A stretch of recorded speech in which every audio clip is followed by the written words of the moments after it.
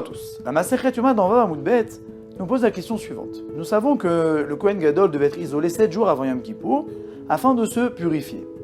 Mais le problème, c'est que le Kohen Gadol fréquentait des personnes pendant cette période-là.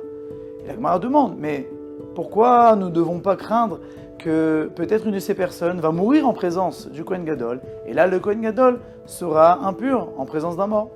La Gemara répond qu'il n'est pas fréquent qu'une personne meure au pied du Kohen Gadol. Donc c'est pour ça que nous n'avons rien à craindre. Mais d'un autre côté, nous avions déjà vu auparavant que le Kohen Gadol devait être isolé. Mais de cette Gemara, nous voyons qu'il y a des personnes qui sont avec lui. Donc il est isolé ou il est avec des personnes ? Mais en fait, nous voyons de là que ce n'est pas parce qu'une personne se retrouve en présence avec d'autres personnes qu'il n'est pas dans la solitude.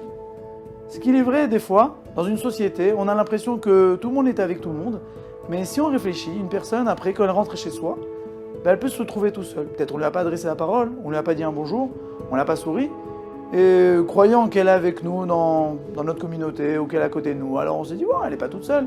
Mais si on ne lui adresse pas la parole pour une raison ou pour une autre, alors cette personne-là n'a aucune raison à penser qu'il n'est pas tout seul.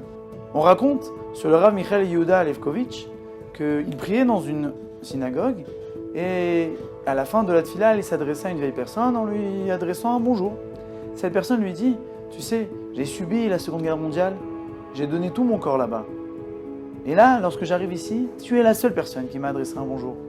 Il n'est pas malheureux de voir qu'une personne a dû attendre des années pour qu'on lui adresse un bonjour.